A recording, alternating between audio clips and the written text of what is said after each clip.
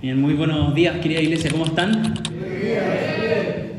Estoy sorprendido por la cantidad de gente a pesar de la maratón, así que los felicito.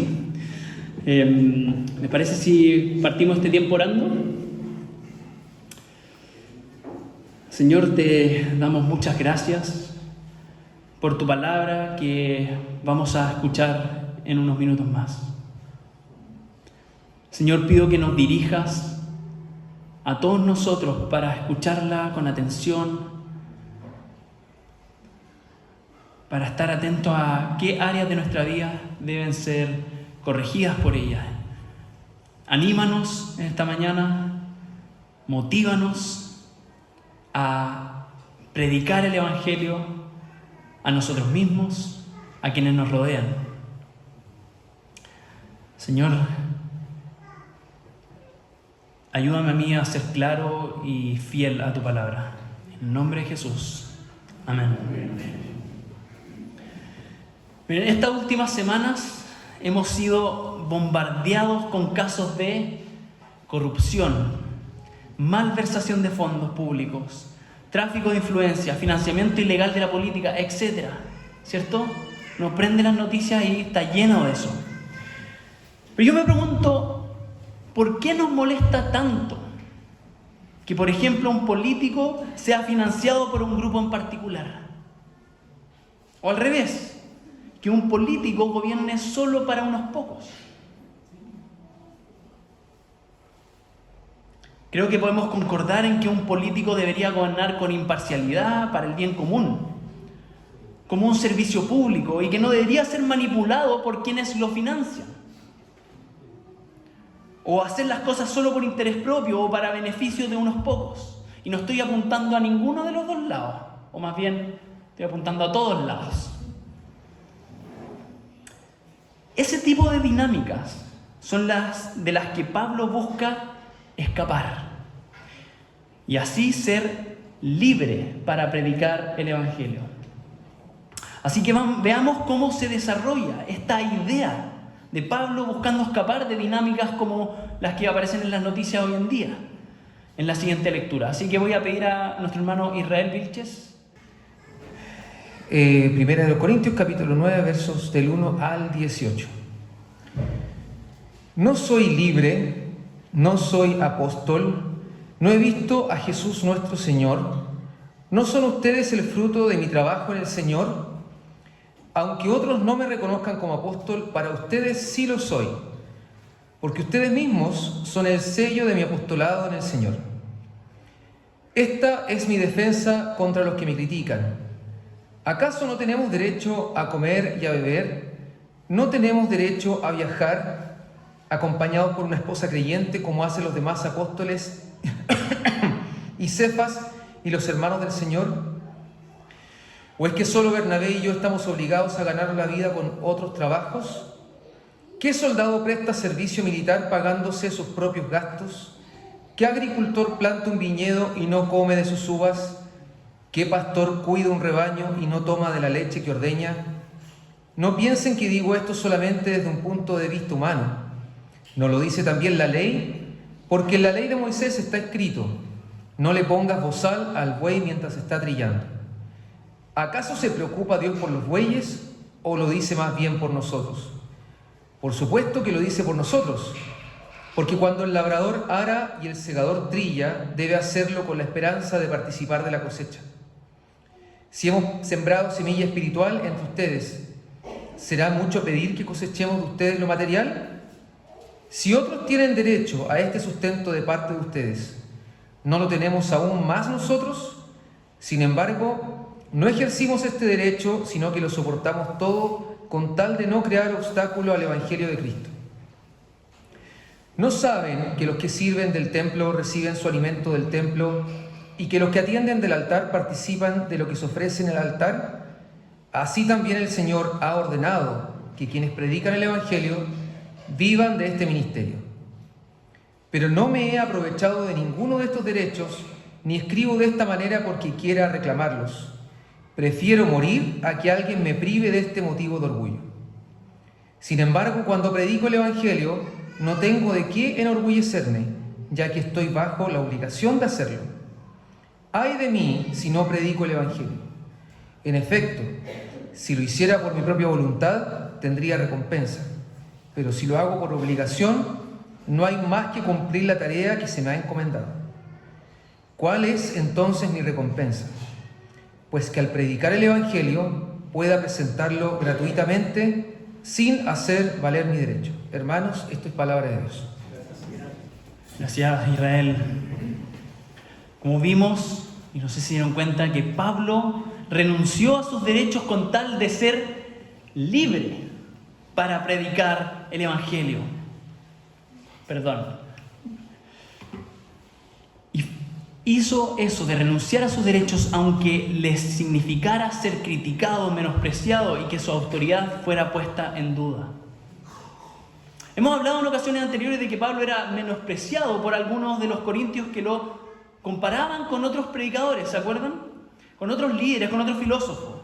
Pero en esta sección vemos que Pablo era criticado a tal punto que ya no reconocían su posición y su autoridad como verdadero apóstol de Jesús. La pregunta es, ¿por qué llegó a ese punto? ¿Por qué lo criticaban? ¿O qué les molestaba a los corintios? Quizás lo pudieron notar en la lectura, pero queda mucho más claro en su segunda carta a los corintios, en el capítulo 11, verso 7.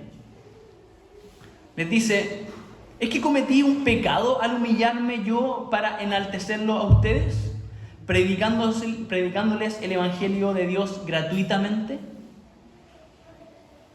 Cuando estuve entre ustedes y necesité algo, no fui una carga para nadie. Eso es lo que Pablo hizo y algo provoca en los corintios. Pablo no quería ser una carga, no dejaba que ellos lo financiaran, les predicaba gratuitamente. Pero eso les molestaba mucho a los corintios porque ellos querían financiarlo. Porque esa era la costumbre y creían que era su derecho, que era el derecho de la iglesia financiar al que les predicaba. Yo sé que les puede parecer como medio raro, pero resulta que en la cultura grecorromana, a los filósofos, a los maestros, a los oradores, se les pagaba por su servicio. Se les mantenía para que pudieran dedicarse a enseñar. Por eso les molestaba que, al no aceptar su paga, Pablo no era su empleado. Por lo tanto, ellos no tenían injerencia sobre él. Y además perdían la posibilidad de usarlo como ventaja política. Es decir, a todos los que les cae bien Pablo, nosotros lo financiamos. Pero si no lo financian, pierden ese apalancamiento. Y el hecho de que no aceptara su dinero hacía que algunos también lo vieran como un maestro de poca categoría, un predicador de menor grado, como que no es digno de recibir dinero. Entonces eso lo llevaba a dudar de su autoridad apostólica. Así que Pablo entra a defender su posición y sus decisiones diciendo, miren los versos 1 al 2 del capítulo 9. ¿No soy libre? ¿No soy apóstol? ¿No he visto a Jesús nuestro Señor? ¿No son ustedes el fruto de mi trabajo en el Señor? Aunque otros no me reconozcan como apóstol, para ustedes sí lo soy, porque ustedes mismos son el sello de mi apostolado en el Señor. Pablo cumple con todos los requisitos para ser llamado apóstol. ¿Lo ven ahí? Primer requisito, ver a Jesús resucitado. ¿Lo vio? Lo vio. Segundo requisito, que el mismo Jesús resucitado lo enviara a predicar. Lo enviara como su representante. Y eso hizo, lo envió a predicar a judíos y a gentiles como ellos, como los corintios.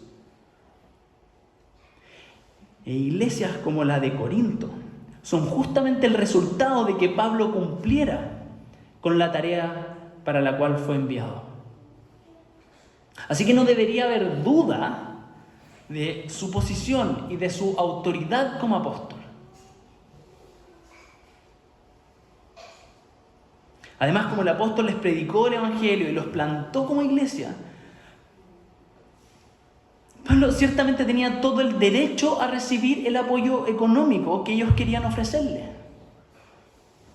Como vemos en los versos 3 al 14. Era costumbre proveer todo lo necesario a predicadores itinerantes. Y él era uno, así que tenía el derecho a recibir. También es lógico que cualquier trabajador reciba una retribución por su trabajo. Y él trabajaba, y arduamente. Tenía el derecho. Dice también que la ley de Dios enseña que debe haber retribución por el trabajo. También era costumbre entre judíos y gentiles, es decir, entre judíos, como digo, y entre los griegos, romanos y otras culturas, que los que trabajaban en los templos, en los distintos templos, recibieran o sacaran provisión de los propios templos. Así que en ambas culturas era normal, era costumbre que tomaran provisión del lugar donde trabajaban. Así que Pablo podría haber tenido el derecho, o tenía el derecho. Además, el mismo Señor Jesús enseñó que el misionero tenía derecho a su sueldo.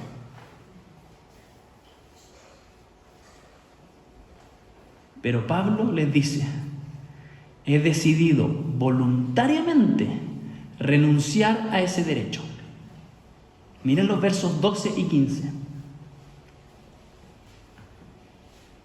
Hablando de él y sus compañeros, dice: no ejercimos este derecho, sino que lo soportamos todo con tal de no crear obstáculo al Evangelio de Cristo. Y el verso 15: no me he aprovechado de ninguno de estos derechos, ni escribo de esta manera porque quiera reclamarlos. Pablo renunció a sus derechos de ser sostenido económicamente por los corintios para evitar justamente aquello que algunos deseaban. Ese deseo de ejercer control sobre su ministerio, o de influir sobre sus enseñanzas, o de usar su nombre con fines políticos.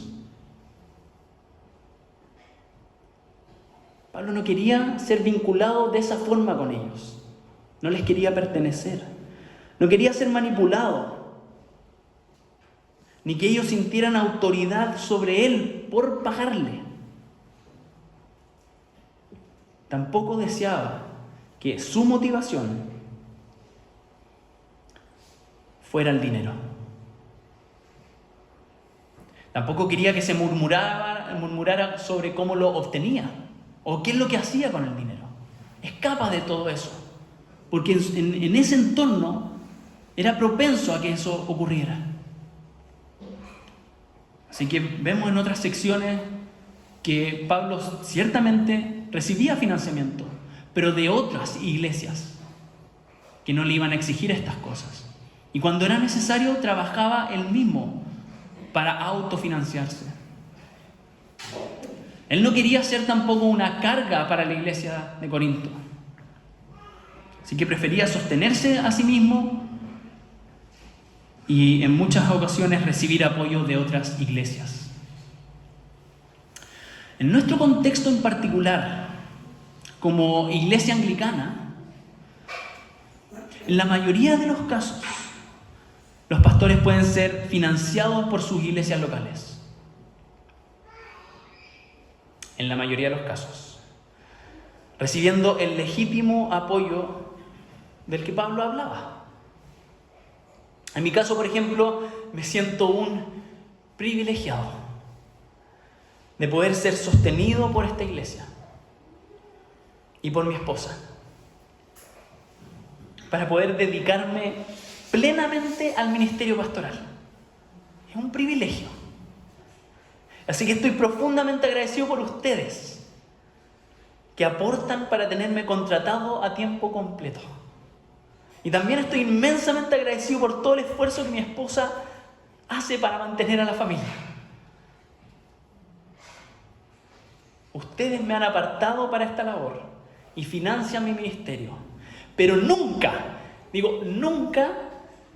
me han hecho sentir como un asalariado.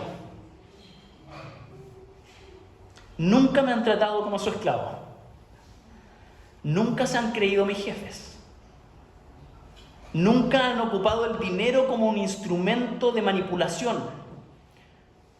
o para controlar la agenda de la iglesia. Aquí nadie, que yo sepa, ha dicho, oye, yo aporto mucho, entonces aquí en esta iglesia se hace lo que yo digo.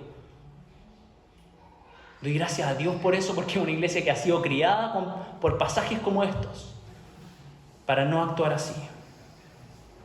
Así que en ese sentido, esta iglesia no actúa como la iglesia de Corinto. Creo que ni yo ni nadie de los que trabaja en esta iglesia corremos el riesgo que Pablo enfrentaba si hubiese aceptado ser financiado por ellos. Y pido a Dios que eso nunca ocurra. Y que esto resulte también como una advertencia para nuestro futuro, para que nunca ocurra. Pero también los que trabajamos en la iglesia o recibimos apoyo de la iglesia, debemos estar atentos para no convertirnos en una carga para la iglesia, ni ser movidos únicamente por el dinero o por malas motivaciones, que tanta vergüenza traen a la iglesia nacional, mundial, de pastores que son movidos por malas motivaciones y que persiguen el dinero. Cuando sea necesario, tenemos que estar dispuestos a renunciar a nuestros derechos. Y hablo en plural, porque sí, yo trabajo en la iglesia, hay otros que trabajan en la iglesia, en esta iglesia en particular, pero es labor de toda la iglesia estar cuidando esto, estas actitudes. Pero para la iglesia en general, debemos mantener nuestra santidad y nuestra libertad para predicar, cuidándonos de ser manipulados por otros movimientos, por otras filosofías o por otros grupos. Solo que Pablo quería cuidarse de ser manipulado por otros. Él le quería responder a una sola persona, a Jesús, y no a las intenciones manipuladoras de otros. Ahora déjenme decir una verdad incómoda. Creo que en muchos casos hoy en día, y ya aclaré que no es mi caso, ¿cierto? En muchos casos lo que esclaviza y quita la libertad para predicar a muchos ministros honestos, es justamente lo contrario a lo que vemos acá. Es decir, lo que les quita la libertad muchas veces es la falta de provisión,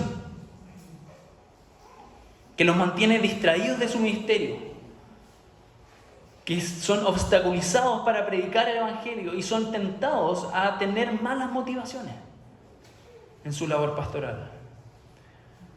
Lo digo con dolor, muchos hermanos deseosos de servir al Señor viven como un buey con bozal. Por todo esto, querida iglesia, tenemos una enorme responsabilidad a la hora de cuidar la integridad del Evangelio y de los siervos de la palabra. Pero esta actitud de Pablo no la deberían tener solamente los ministros, los misioneros, etc., sino que todo creyente debería tener esta actitud, preguntándonos: ¿qué nos impide ser libres para predicar el Evangelio?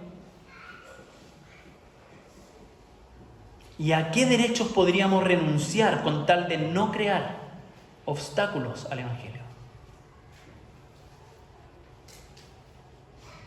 Pablo renunció a sus derechos porque el ser libre para predicar el Evangelio gratuitamente era en sí mismo su mayor recompensa. Predicar el Evangelio, anunciar las buenas noticias de Jesús, era para Pablo un orgullo. En el mejor sentido de la palabra, orgullo.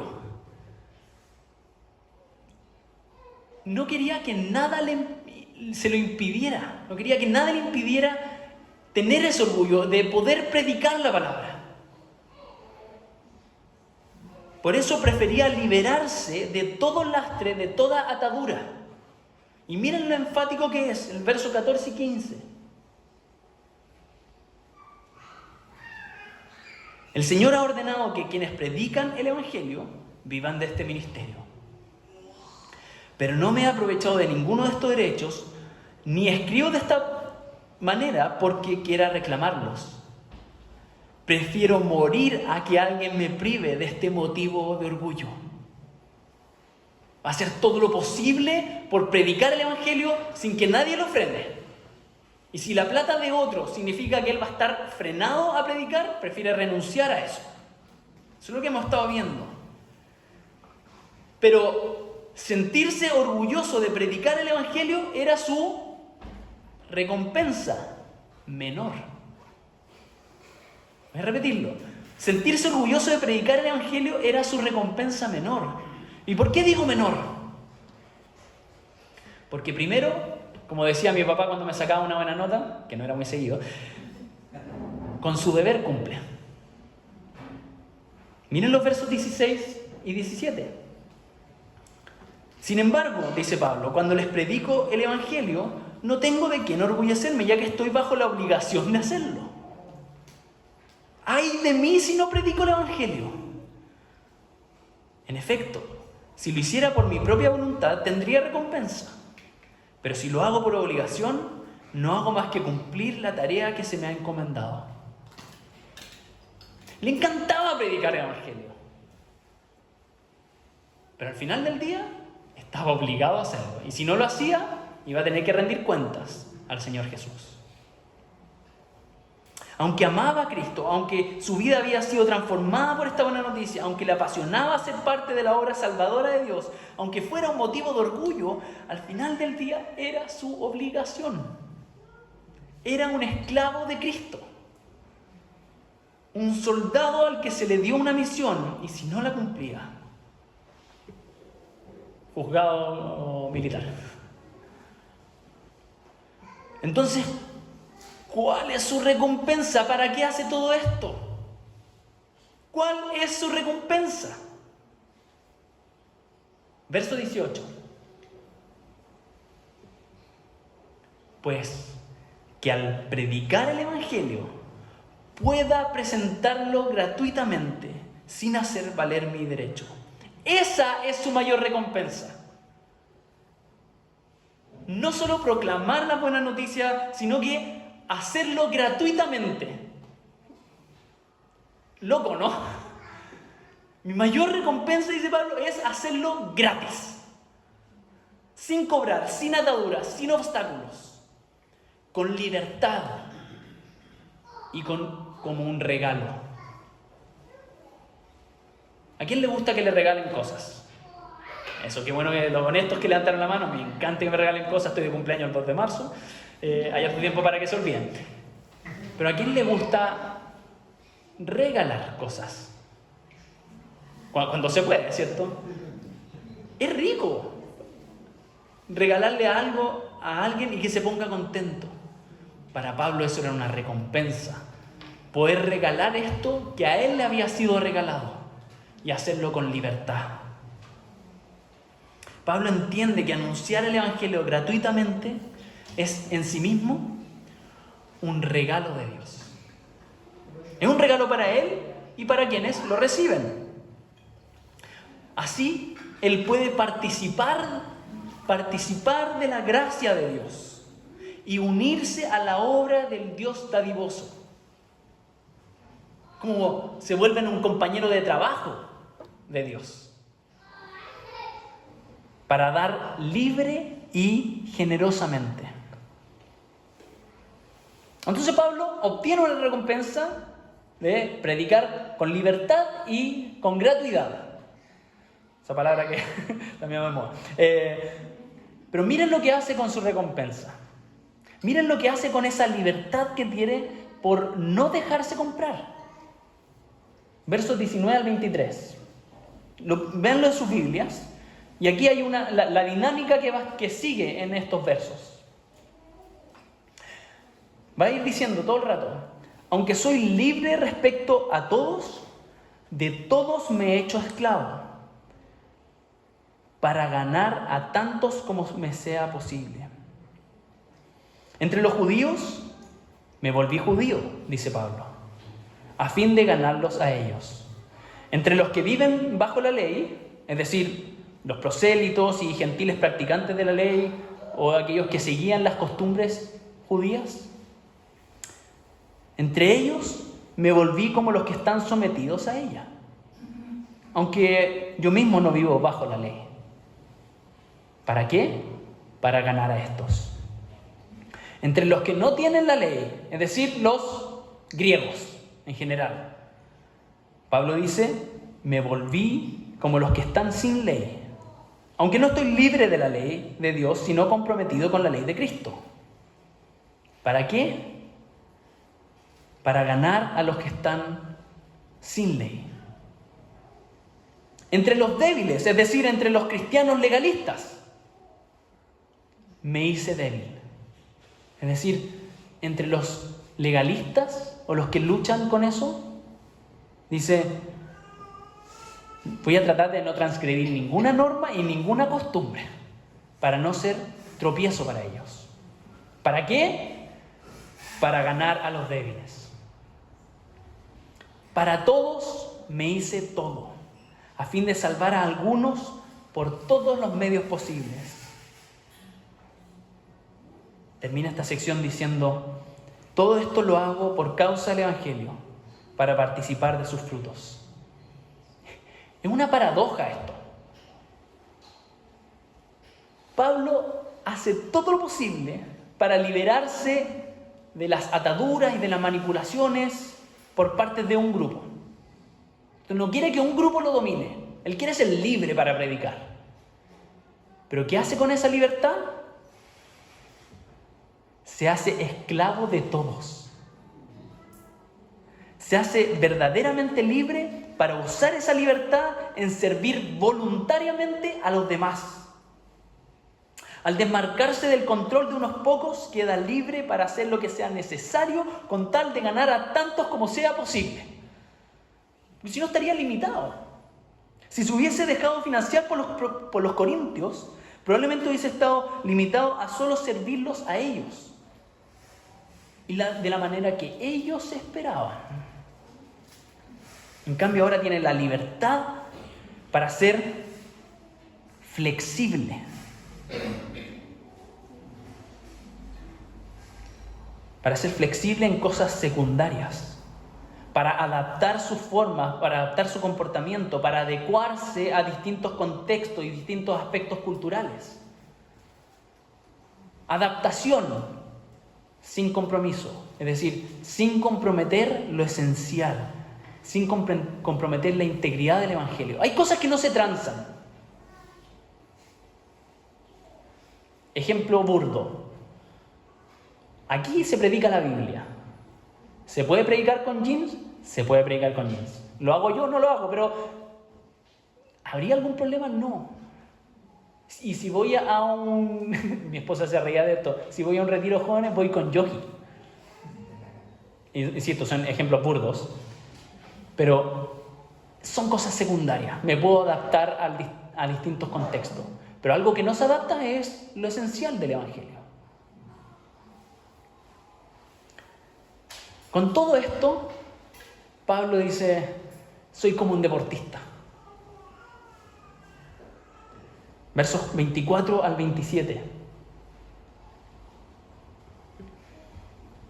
Como alguien que se entrena con disciplina, que sacrifica todo lo necesario, que renuncia a sus derechos y se priva de muchas cosas con tal de lograr su objetivo, de obtener su medalla.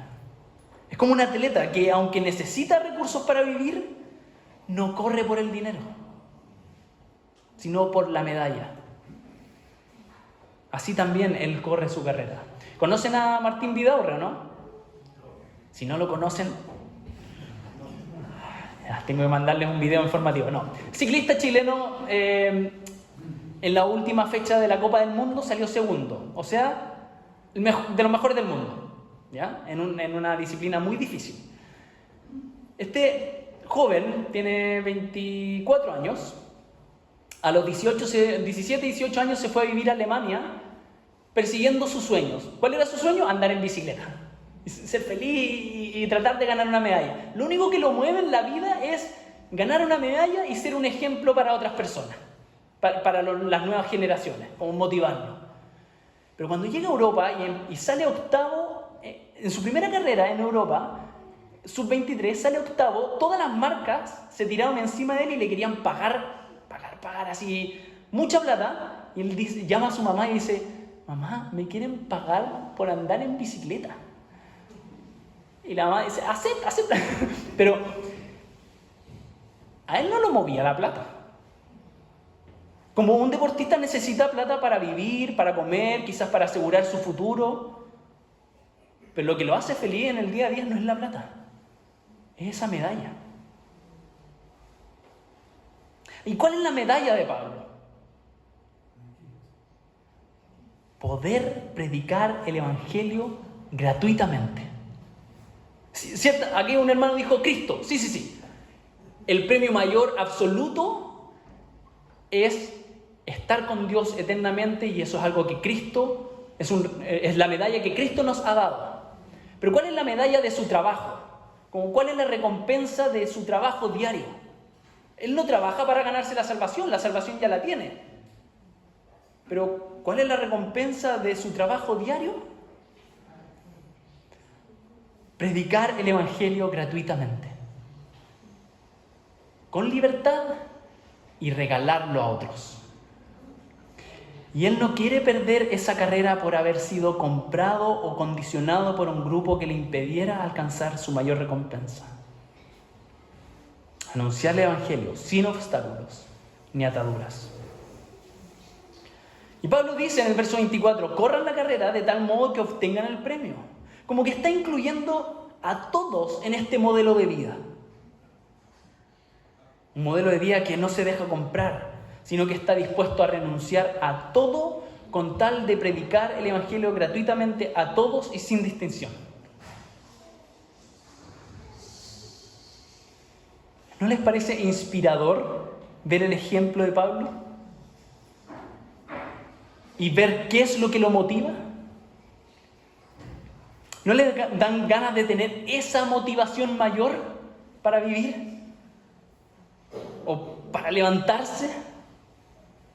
La semana pasada veíamos cuál es nuestra motivación para estar alegres, gozosos.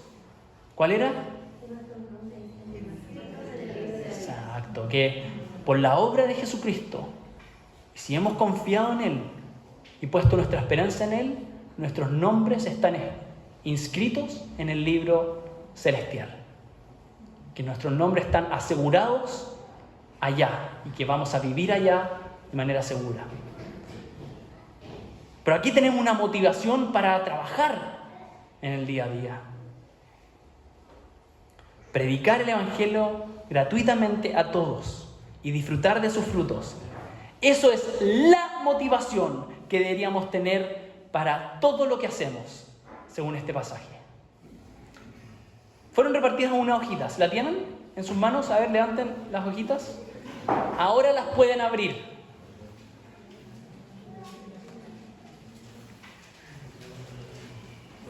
Allí hay una pregunta en general.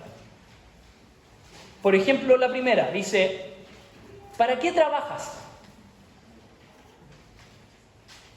¿Lo haces solo para ganar dinero, una posición, o tener comodidades, o darte gustos? ¿O trabajas porque tienes la motivación de predicar el Evangelio? Por ejemplo, a tus colegas, o con las habilidades que adquieres ahí, o con los recursos que obtienes ahí en tu trabajo. Esta tablita podría ser mucho más extensa. Ustedes tienen mucha más imaginación que la que yo escribí ahí. O miren el tercer ejemplo. ¿Para qué tienes familia? ¿Para dejar un legado? ¿Para sentir afecto? ¿O para cumplir con el rito cultural? porque es lo que hay que hacer, hay que casarse, hay que tener familia, hay que tener hijos, nietos y... ¿O quieres tener eso? Si es que es tu deseo. Con la motivación de predicar el Evangelio a tu familia, para criarlos en el Evangelio y vivir el Evangelio en lo cotidiano. O, por ejemplo, para mí una de las grandes motivaciones para casarme es que alguien me corrigiera todo el día. Duele, pero me ayuda mucho. Yo sería aún más desastre si no fuese por mi esposa. Veamos otro ejemplo. ¿Para qué descansas? ¿Solo para desconectarte o escapar de las responsabilidades o para entretenerte? ¿O porque tienes la motivación de predicar el Evangelio con fuerzas renovadas, estando disponible para amar y servir? Siguiendo la misma línea, ¿para qué te duermes temprano? ¿Para tener una mejor piel en 10 años más? ¿O porque quieres estar con todas tus pilas puestas para el domingo? Ese es el desafío para los que nos quedamos viendo películas hasta tarde el sábado. Miren, el Evangelio es tan maravilloso e importante que transforma todas nuestras prioridades y motivaciones. Y si tú ves a alguien viviéndolo así, predicándolo con una convicción así, dan ganas de tener eso, ¿no? Me encantaría que si hay alguien aquí que está escuchando todo esto y aún no ha recibido estas buenas noticias de Jesús, hoy pueda decir: yo quiero esas buenas noticias para mí. O que al ver lo que el Evangelio logra, por ejemplo, en la vida de Pablo y de tantos cristianos que han renunciado a todo por predicar este Evangelio, dispuestos a dar la vida por anunciar esto, que al ver eso tú puedas reconocer que este mensaje tú lo quieres y que es también para ti.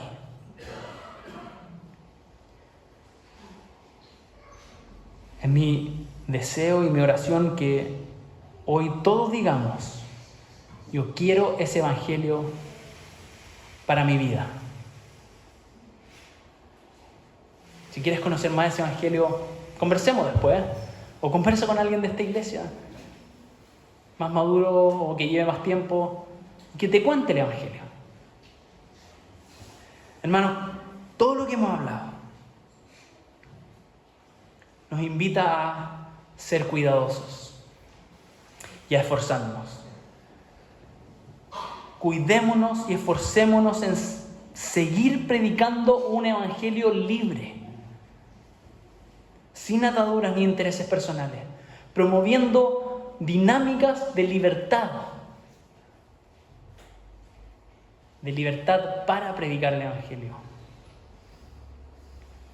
Estemos dispuestos a renunciar incluso a nuestros derechos para que el poder anunciar gratuitamente el Evangelio sea, como lo fue para Pablo, nuestra mayor recompensa. Oremos. Señor, gracias te damos por tu palabra desafiante, que toca temas difíciles, que también nos invita a vivir de una manera tan contracultural o muchas veces en contra de nuestros propios deseos. Señor, pedimos perdón por todas esas veces que hemos querido manipular con cosas como el dinero, o que nos hemos dejado manipular por otros poderes, sacrificando la integridad del Evangelio. Señor, te pedimos perdón. Si eso está en esta iglesia de manera oculta, quítalo, Señor. Quita esos pensamientos de esta iglesia. Transfórmanos para seguir viviendo con una libertad para predicar el Evangelio.